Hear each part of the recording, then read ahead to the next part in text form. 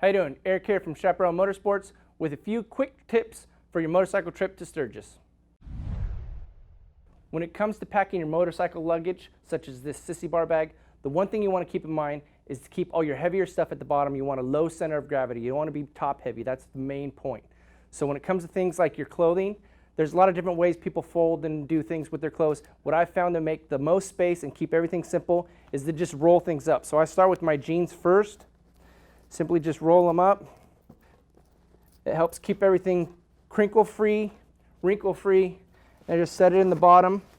Same thing with the t-shirts. I just simply roll them up. Keeps everything tight. Get easily a week's worth of clothing just by rolling everything up. Helps keep all the wrinkles out, like I said. You can pack it in there. I like to throw in like a long sleeve shirt in here so that I have a couple layers so that as I get down, I'm not having to dig for like a long or a warmer piece of clothing if it gets cold.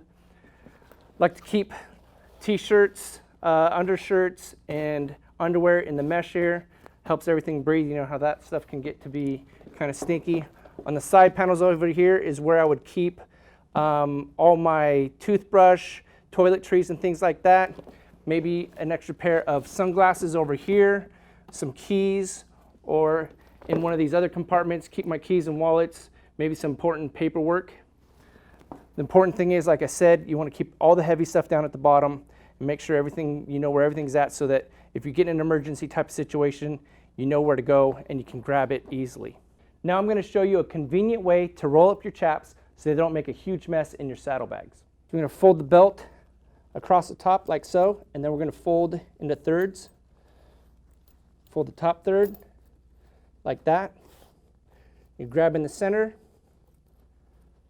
flip the whole thing over like that.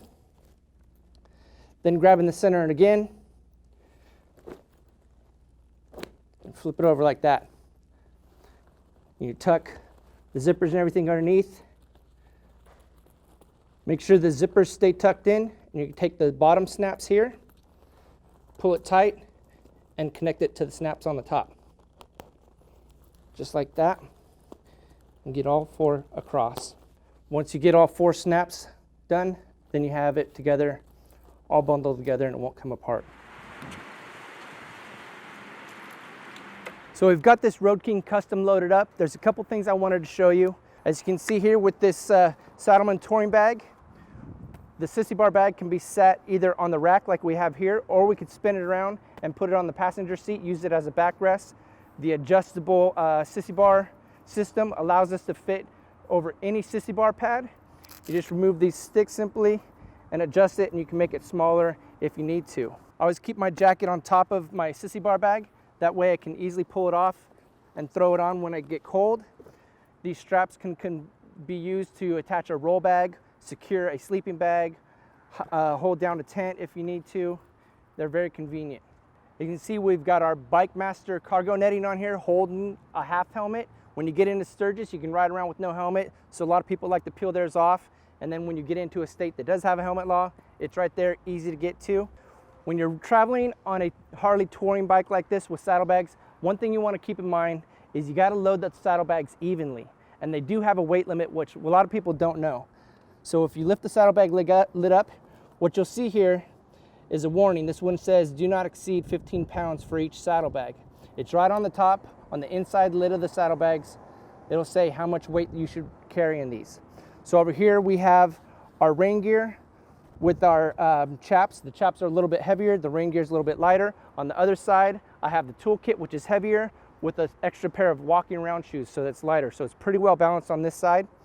The other thing, once you get your bike loaded up, depending on if you're going to ride two-up or solo, you want to make sure your air pressure is right in your shocks. So refer to your owner's manual. A lot of people forget to check that.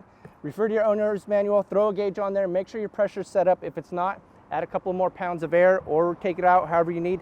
Same thing with the air pressure in your tires. Your tire's going to get loaded up. If you've got two people on there, they're going to be really loaded up, so you want to make sure you have proper air pressure. Once again, refer to your owner's manual.